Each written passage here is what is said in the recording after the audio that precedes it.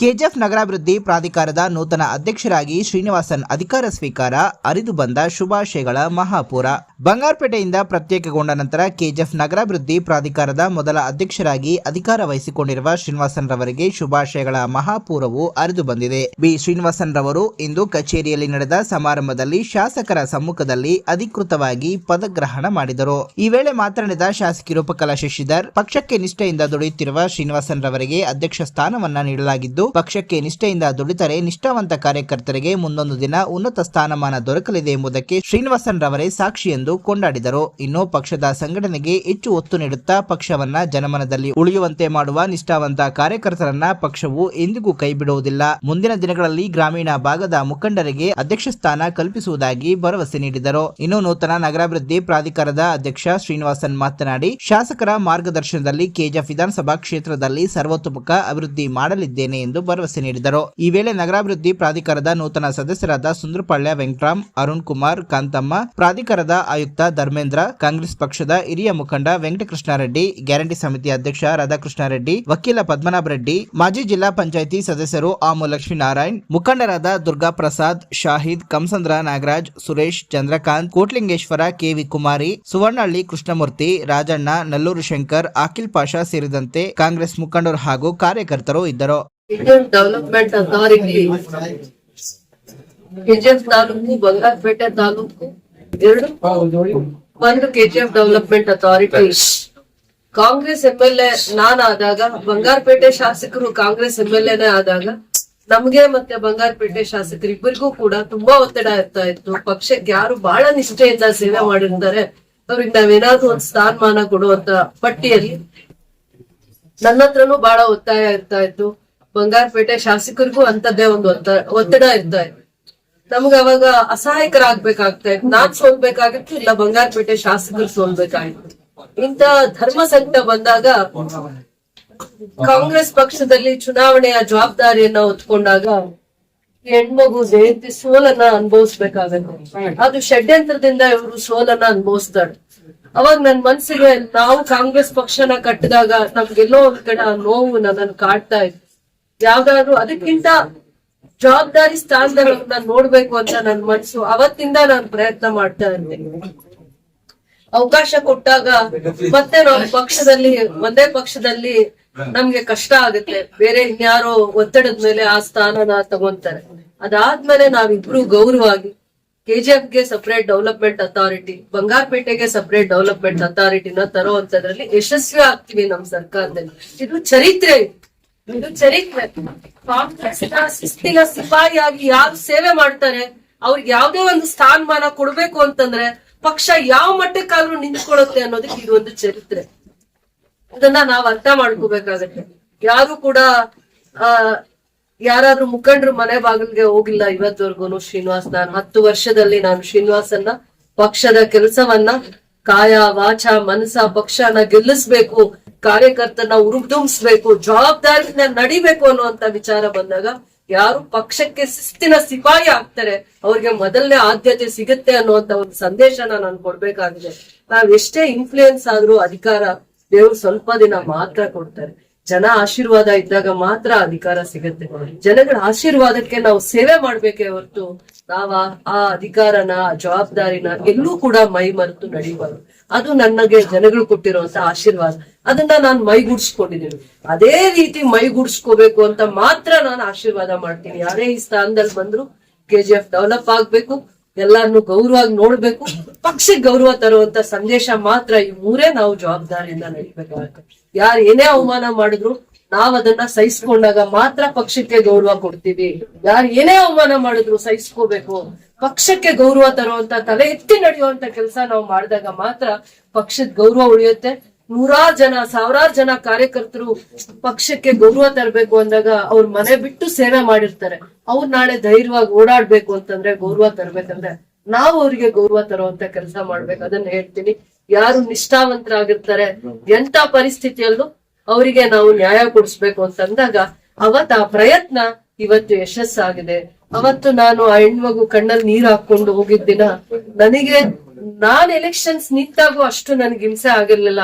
ಅವತ್ತು ಆ ದಿನ ನಾನು ಹೆಂಗ್ ಕಳತ್ನೋ ಗೊತ್ತಿಲ್ಲ.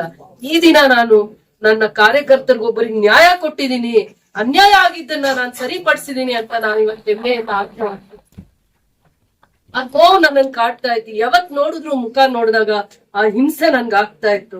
ಇವ್ರನ್ನ ಯಾವ ಸ್ಥಾನದಲ್ಲಿ ನೋಡ್ಬೇಕಾಯ್ತು, ನಾನ್ ನೋಡಕ್ ಆಗ್ಲಿಲ್ಲ ಅಂತ. ಅದಕ್ಕಿಂತ ಗೌರವಾಗಿರೋ ಸ್ಥಾನದಲ್ಲಿ ಅವ್ರನ್ನ ನೋಡ್ಬೇಕು ಅನ್ನುವಂತ ಮನ್ಸು ನನ್ಗೆ ಅವತ್ತು ನಾನು ಸಂಕಲ್ಪ ಮಾಡಿದೆ. ಆದ್ರೆ ಬಹಳ ದಿನ ಅದ್ರ ಪರಿಶ್ರಮ ಇದೆ. ಪರಿಶ್ರಮ ಎಷ್ಟಿದೆ ನಾನು ಹೇಳಕ್ಕೆ ಆಗಲ್ಲ. ಆ ಪರಿಶ್ರಮ ಹೆಂಗಿದೆ, ಹಿಂಗೆ ಆ ಪರಿಶ್ರಮನ ಹೇಳಕ್ಕೆ ಆಗಲ್ಲ, ಅಷ್ಟು ಕಷ್ಟ ಆಯ್ತು. ಆದ್ರೂ ದೇವರ ಆಶೀರ್ವಾದ ಮತ್ತೆ ಎಲ್ಲಾ ಕಷ್ಟದಲ್ಲಿರೋರ ಆಶೀರ್ವಾದ ಯಾವತ್ ನಮ್ ಜೊತೆ ಇರುತ್ತೆ, ಅದು ಫಲಿಸುತ್ತೆ ಅಂತ ಹೇಳಕ್ ಇಷ್ಟಪಡ್ತೀನಿ. ಅದಾದ್ಮೇಲೆ ಗ್ರಾಮೀಣ ಭಾಗದಲ್ಲೂ ವೆಂಕಟರಮಣ್ಣ ಇರ್ಬೋದು, ಯಾವಾಗ್ಲೂ ಪಕ್ಷ ಅಂದ್ರೆ ಅಭಿಮಾನ ಇಟ್ಕೊಂಡಿದ್ದಾರೆ, ಅವರಿಗೆ ಅವಕಾಶ ಆಗಿದೆ. ಆಮೇಲೆ ಮಾರಿಕುಪ್ಪಂ ಪಂಚಾಯಿತಿಯಲ್ಲಿ ರಾಧಪ್ಪ ಅನ್ನೋರ್ಗೆ ಪಂಚಾಯಿತಿ ತಪ್ಪೋಯ್ತು, ಷಡ್ಯಂತ್ರಿಗಳಿಂದ ತಪ್ಪೋಯ್ತು. ಅದಾದ್ಮೇಲೆ ಆ ಹೆಣ್ಮಗು ತನ್ನ ಗಂಡನ್ಗ ಅವಕಾಶ ಸಿಕ್ಲಿಲ್ಲ ಅಂತ ಕಣ್ಣೀರ್ ಹಾಕಿದ್ಲು. ಮತ್ ನಾನು ಆ ಹೆಣ್ಮಗುಗೆ ಇವತ್ತು ಈ ಜವಾಬ್ದಾರಿ ಏನು ಕೆಜಿಎಫ್ ಡೆವಲಪ್ಮೆಂಟ್ ಅಥಾರಿಟಿ ಅಂದ್ರೆ ಏನಂದ್ರೆ, ಕೆಜಿಎಫ್ ಡೆವಲಪ್ಮೆಂಟ್ ಅಥಾರಿಟಿ ಅಂದ್ರೆ ಸರ್ಕಾರದಲ್ಲಿ ಜಾಗ ತಗೊಂಡ್ಬೋದು, ಜಾಗನ ಡೆವಲಪ್ ಮಾಡಿ ಬಹಳ ಜನಕ್ಕೆ ಯಾರ್ಯಾರಿಗೆ ಸ್ವಂತ ಸೈಟ್ ಇಲ್ಲ ಆ ನಿವೇಶನ ಹಂಚಿಕೆ ಮಾಡ್ಬೋದು. ಮತ್ತೆ ಪ್ಲಾನಿಂಗ್ ಪವರ್ ಇವ್ರಿಗೆ ಬರುತ್ತೆ. ಯಾರೇ ಒಬ್ರು ಕಟ್ಟಡ ಕಟ್ಬೇಕಂದ್ರೆ ಏನ್ರಿ ನಿಮ್ದು ಏನ್ ಡ್ಯೂಟೀಸ್, ಟೆಕ್ನಿಕಲ್ ಒಪಿನಿಯನ್, ಈ ಕಟ್ಟಡ ಹೇಗ್ ಕಟ್ಟಬೇಕು ಅಂತ ಟೆಕ್ನಿಕಲ್ ಒಪಿನಿಯನ್ಗೆ ಇಲ್ಲಿ ಆಫೀಸ್ಗೆ ಬರ್ಬೇಕಾಗುತ್ತೆ. ಅಂದ್ರೆ ಬಹಳ ಜವಾಬ್ದಾರಿ ಸ್ಥಾನ ಕೆಜಿಎಫ್ ಡೆವಲಪ್ಮೆಂಟ್ ಅಥಾರಿಟಿಗಿದೆ. ಬಡವರಿಗೆ ಜಾಗ ಹಂಚಿಕೆ ಮಾಡ್ಬೋದು, ಅಂದ್ರೆ ಫ್ರೀಯಾಗಿ ಕೊಡಕ್ಕಾಗಲ್ಲ, ಸ್ವಲ್ಪ ದುಡ್ಡು ಇರುತ್ತೆ. ಅಂದ್ರೆ ಸರ್ಕಾರದ ಜಾಗ ಸಿಕ್ಕಿದ್ರೆ ಒಂದ್ ಬೆಲೆ ಇರುತ್ತೆ, ಅಥವಾ ರೈತರಿಂದ ಜಾಗ ತಗೊಂಡ್ರೆ ಕಾಸ್ಟ್ ಶೇರಿಂಗ್ ಅಲ್ಲಿ ನಾಮಿನಲ್. ಗವರ್ಮೆಂಟ್ ಜಾಗ ತಗೊಂಡಾಗ ಏನೆಲ್ಲ ಸರ್ಟಿಫಿಕೇಟ್ ಸಿಗುತ್ತೆ, ಹಕ್ಕುಪತ್ರ ಸಿಗುತ್ತೆ, ಇಲ್ಲೂ ಆ ತರದ್ದಿರುತ್ತೆ. ಲೇಔಟ್ಸ್ ಡೆವಲಪ್ ಮಾಡುವಂತದ್ದು. ಮತ್ತೆ ಪ್ಲಾನಿಂಗ್ ಅಥಾರಿಟಿ ಅಂತಂದ್ರೆ ಇವರೇ ಪ್ಲಾನ್ ಕೊಟ್ರೇನೆ ನಗರಸಭೆಯವರು ನಾಳೆ ಅವರಿಗೆ ಕಟ್ಟಡ ಕಟ್ಕೊಡೋದಿಕ್ಕೆ ಪರ್ಮಿಷನ್ ಕೊಡೋದಿಕ್ಕೆ. ಇಷ್ಟು ಪವರ್ಫುಲ್ ಅಥಾರಿಟಿ. ಇದನ್ನ ಸರಿಯಾದ ರೀತಿ ನಿಭಾಯಿಸುವಂತ ಒಂದು ಶಕ್ತಿ ಸಾಮರ್ಥ್ಯ ದೇವರು ನಿನ್ಗೆ ಕೊಡ್ಬೇಕು ಅಂತ ನನ್ನ ಆಶೀರ್ವಾದ. ಇದೇ ಕೆಜಿಎಫ್ ಡೆವಲಪ್ಮೆಂಟ್ ಅಥಾರಿಟಿನೇ ಇಂಟಿಗ್ರೇಟೆಡ್ ಟೌನ್ಶಿಪ್ ನ ಇವತ್ತು ಡೆವಲಪ್ ಮಾಡೋದಿಕ್ಕೆ ಅಥಾರಿಟಿ ಯಾರಾದ್ರೂ ಇದ್ರೆ ಕೆಜಿಎಫ್ ಡೆವಲಪ್ಮೆಂಟ್ ಅಥಾರಿಟಿನೇ ಮಾಡಕ್ಕಾಗತ್ತೆ. ಮುಂದೆ ಇದನ್ನ ತಿಳ್ಕೊಳ್ಳಿ. ನಮ್ಗೆ 299 acres ಏನ್ ಇಂಟಿಗ್ರೇಟೆಡ್ ಟೌನ್ಶಿಪ್ ಇದೆ, FD ಅಲ್ಲಿ ನಮ್ಗೆ ಅದಕ್ಕೆ DPR ಮಾಡ್ಲಿಕ್ಕೆ ₹1 ನಾವು ಅನುದಾನ ಕೊಡ್ಲಿಲ್ಲ ಅಂದ್ರೂ 10 ಕೋಟಿಯ ಇದಕ್ಕೆ DPR ಮಾಡ್ಲಿಕ್ಕೆ FD ನಮ್ಗೆ ಪರ್ಮಿಷನ್ ಸಿಕ್ಕಿದೆ. FDL ಪರ್ಮಿಷನ್ ಸಿಕ್ಕಿದೆ. ಅದು ನೆಕ್ಸ್ಟ್ ಅದನ್ನ 100 ಕೋಟಿಯಲ್ಲಿ ಡೆವಲಪ್ಮೆಂಟ್ ಮಾಡೋದು ಇದೇ ಕೆಜಿಎಫ್ ಡೆವಲಪ್ಮೆಂಟ್ ಅಥಾರಿಟಿ. ಮತ್ ಇದು ಹೊಸ ಆಫೀಸ್ಗೆ ಕಾಲಿಡೋಂಗ್ ಆಗ್ಬೇಕು. ಜಾಗ ಕೊಟ್ಟಿದೀವಿ ಕೆಜಿಎಫ್ ಡೆವಲಪ್ಮೆಂಟ್ ಅಥಾರಿಟಿಗೆ, ಅಲ್ಲಿ ಇವ್ರು ಹೊಸ ಆಫೀಸ್ ಶಿಫ್ಟ್ ಮಾಡ್ಬೇಕಾಗತ್ತೆ.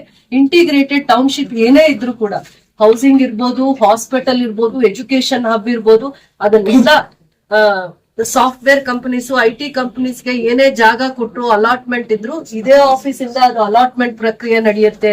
ಇದೇ ಆಫೀಸ್ ಇಂದ ಆ 300 ಎಕರೆನ ಡೆವಲಪ್ ಮಾಡುವಂತದ್ದು. ಮತ್ತೆ ಕಾಸ್ಟ್ ಶೇರಿಂಗ್ ಅಲ್ಲಿ ರೈತರದು ಜಾಗ ಇಲ್ಲಿದೆ, 15 ಎಕರೆನೋ 25 ಎಕರೆ ಇದೆ. ಕಾಸ್ಟ್ ಶೇರಿಂಗ್ ಅಲ್ಲಿ ರೈತರದು ಜಾಗ ಡೆವಲಪ್ ಮಾಡಿ ಇವ್ರು 50% ಇಟ್ಕೊಂಡು ಸಾರ್ವಜನಿಕರಿಗೆ ಆ ಜಾಗ ಕೊಡುವಂತದ್ದು. ಬಹಳ ಜವಾಬ್ದಾರಿ ಇರುವಂತ ಸ್ಥಾನಮಾನ ಇದು. ಒಂದು ದಿನ ಅಲ್ಲ, ನೀವು ಎಷ್ಟು ಗಂಟೆ ಕಾಲ ಕುತ್ಕೊಂಡು ಕೆಲಸ ಮಾಡಿದ್ರು ಇಲ್ಲೂ ಕೆಲಸ ಇದೆ, ಮಾಡ್ಬೇಕಷ್ಟೇ, ಇಚ್ಛಾಶಕ್ತಿ ಬೇಕು, ಜವಾಬ್ದಾರಿಯಿಂದ. ಇದಕ್ಕೆ ಇವಾಗ ಅಪ್ ಟು ಬೇತ್ಮಂಗ್ಲ, ಕಂಸಂದ್ರ, ಕ್ಯಾಸಂಬಳ್ಳಿ, ಪಾರನಹಳ್ಳಿ ಇದೆಲ್ಲಾನು ಕವರ್ ಆಗುತ್ತೆ.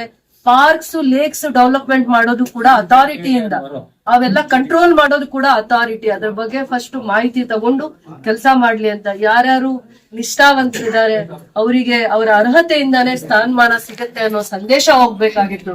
ಅದ್ರ ಸಂಕಲ್ಪ ಆಗಿದೆ, ಒಳ್ಳೇದಾಗಿದೆ.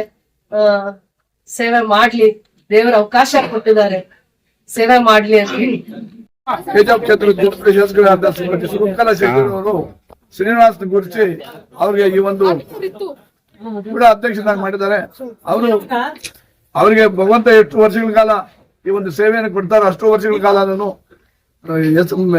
ರೂಪಕಲಾ ಶೆಟ್ಟಿ ಅವರಿಗೆ ಮತ್ತು ಕಾಂಗ್ರೆಸ್ ಪಕ್ಷಕ್ಕೆ ಒಳ್ಳೆ ಹೆಸರನ್ನು ತರ್ತಾರೆ ಅಂತ ಹೇಳ್ಕೊಂಡು ನಮ್ಗೆ ನಂಬಿಕೆ ಇದೆ. ಯಾಕೆಂತಂದ್ರೆ ಅವರು ನಿಷ್ಠಾವಂತರಾಗಿ ಯಾವುದೇ ಒಂದು ಹೆಚ್ಚಿನ ಒಂದು ಗಡುವು ಹೋಗದೆ ತನ್ನ ಕರ್ತವ್ಯವನ್ನ ನಿಷ್ಠಾವಂತರಾಗಿ ಮಾಡ್ಕೊಂಡು ಹೋಗ್ತಾರೆ ಅನ್ನೋ ಒಂದು ಎಲ್ಲರ ಒಂದು ಇದ್ರ ಮೇಲೆ MLA ಅವರನ್ನ ಅಧ್ಯಕ್ಷರಾಗಿ ಮಾಡಿದ್ದಾರೆ. ಅದಕ್ಕೆ ಎಲ್ಲರ ಒಂದು ಸಹಕಾರ ನಮ್ಮ ಕೆಜಿಎಫ್ ಕ್ಷೇತ್ರದಲ್ಲಿ ಶ್ರೀನಿವಾಸ್ ಇರ್ತದೆ. ಶ್ರೀನಿವಾಸ ಮುಂದಿನ ಬಹುಶಃ ಇನ್ನೂ ಚೆನ್ನಾಗಿ ಆಗ್ಲಿ ಅಂತ ಹೇಳ್ಬಿಟ್ಟು ನಾನು ಹಾರೈಸ್ತೇನೆ. ನಮ್ಮ ಕೆಜಿಎಫ್ ನಗರಾಭಿವೃದ್ಧಿ ಪ್ರಾಧಿಕಾರದ ನೂತನ ಅಧ್ಯಕ್ಷರಾದಂತ ಶ್ರೀನಿವಾಸ ಸಾರ್ ಇವತ್ತು ಪದಗ್ರಹಣ ಮಾಡಿರ್ತಾರೆ.